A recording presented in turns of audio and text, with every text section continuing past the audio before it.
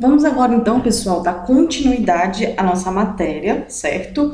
E aí, a gente vai começar então falando especificamente da avaliação de cada parte aí do organismo, tá? Então, nós vamos começar com a cabeça e o pescoço, né? Nosso primeiro local, e aí a gente vai fazer tanto a inspeção e tanto também a palpação. Então, primeiramente, a gente vai palpar o crânio, nós vamos avaliar o tamanho desse crânio, nós vamos avaliar a simetria, se está muito torto para um lado, se está elevado para outro lado, presença de massas, né, de nódulos e também pontos dolorosos. Tudo isso a gente tem que avaliar no crânio. No couro cabeludo, a gente vai avaliar a sujidade, presença de pedipulose, né, características do cabelo, né, se ele é um cabelo que está quebradiço, né, até isso também é importante, tá, pessoal, a gente fazer a inspeção, tá, se ele está quebradiço, se ele está sujo, se ele está com, né, digamos assim, sujidades em geral, né, e áreas também de depressão e pontos dolorosos. Pedipulose, pessoal, é piolho, tá? Se tem piolho ou então lêndias, então a gente anota também. Face, a gente vai anotar a expressão do paciente, se é uma expressão de dor, de alegria, de angústia, a simetria desse rosto, se ele está, né, simétrico, tanto a posição da boca, dos olhos e também presença de manchas. Nos olhos, nós vamos realizar, então, a inspeção estática e também dinâmica. Então, a gente vai avaliar a pupila do paciente.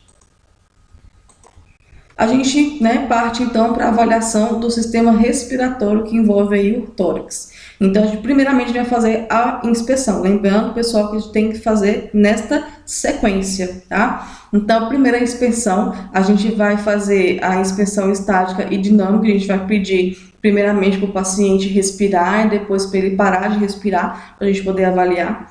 A gente vai comparar a região, né, torácica bilateral, então a gente tem que olhar no tórax do paciente se o lado esquerdo ele está igual ao lado direito.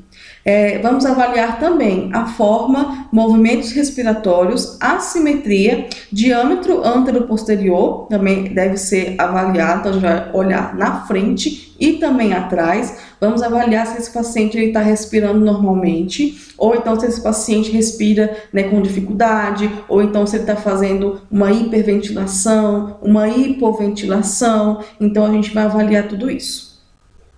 Vamos também avaliar a deformidade, se aquele paciente tem um afundamento de tórax, ou então se ele tem algum nódulo. A gente vai avaliar a posição da espinha, né, que acompanha, não sei se vocês sabem, mas a espinha ela acompanha o tórax. Então, se a gente, né, e vice-versa. Então, se a gente dobrar a espinha para a esquerda, o tórax também ele vai acompanhando a espinha. Então, a gente tem que avaliar isso aí. E a retração dos espaços intercostais, que é essa caixa torácica que a gente tem aqui, né, que protege os nossos órgãos internos, o coração e o pulmão. Então, a gente vai avaliar se eles sobem e descem juntamente com a respiração. E também vamos avaliar a frequência e o ritmo dessa respiração do paciente. Depois que a gente fez toda essa inspeção, nós vamos partir então para a parte da palpação. Então nós vamos examinar a presença de caroços ou então de massas, pulsações, vamos avaliar movimentos anormais e áreas dolorosas, a gente vai palpar o paciente, né? E aquele local onde ele relatar dor, a gente vai anotar.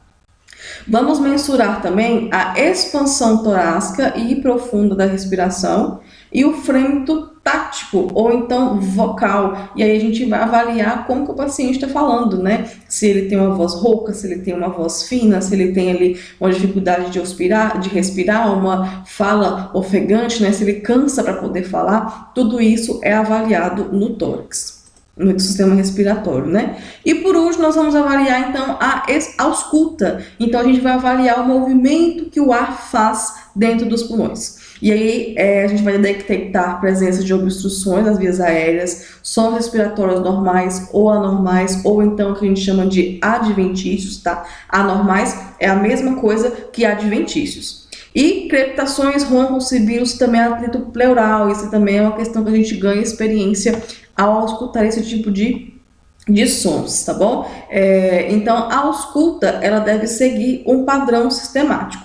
Então, vocês estão vendo aqui, ó, vários pontinhos, né? Então, a gente tem que seguir esses pontos, né? Sempre em formato de Z. Então, olhou o primeiro ponto, vai para o outro lado esquerdo, olhou o outro ponto, direito, esquerdo, direito, até completar tudo.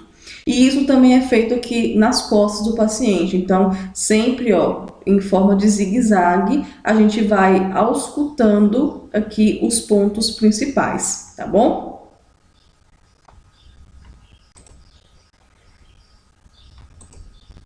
Partindo então agora para a avaliação aí do sistema cardiovascular, nós temos a inspeção e a palpação simultaneamente, a gente vai fazer os dois ao mesmo tempo. A forma do tórax e o ponto de impulso máximo, que a gente chama de ictus cordi. O que é esse, né? Para explicar para vocês aqui de uma forma mais, digamos assim, mais básica, né?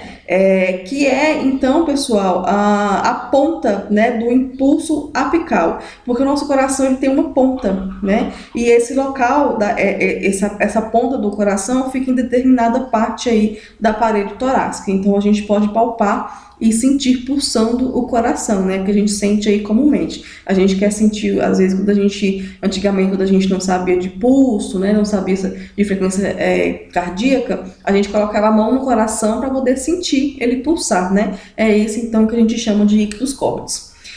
Seguir uma sequência ordenada sempre e iniciar da base do coração em direção à ápice, tá?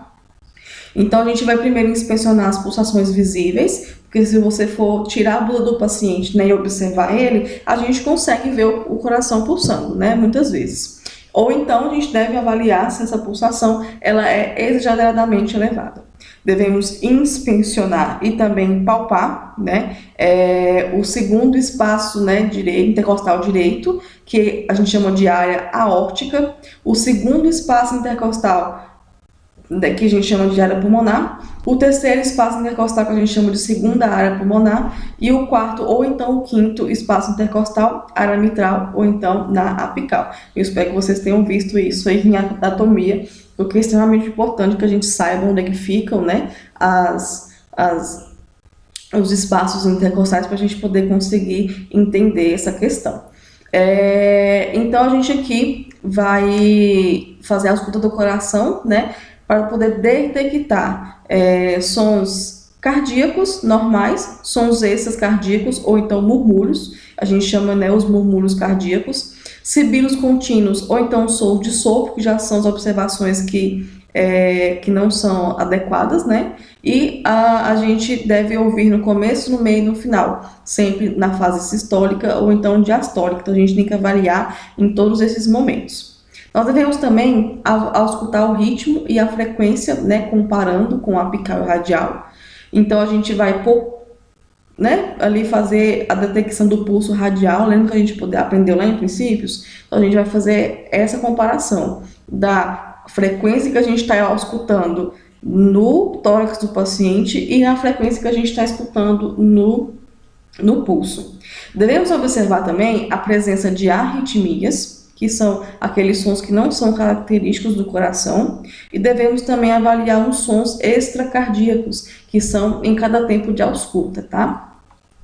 Então, a gente deve fazer a ausculta da seguinte forma: a gente tem duas bolhas cardíacas, B1 e B2. Então, a gente ouve o fechamento das válvulas mitral, que é o som de tum, e a gente ouve o fechamento das válvulas aórtica e pulmonar, que é o som de tá.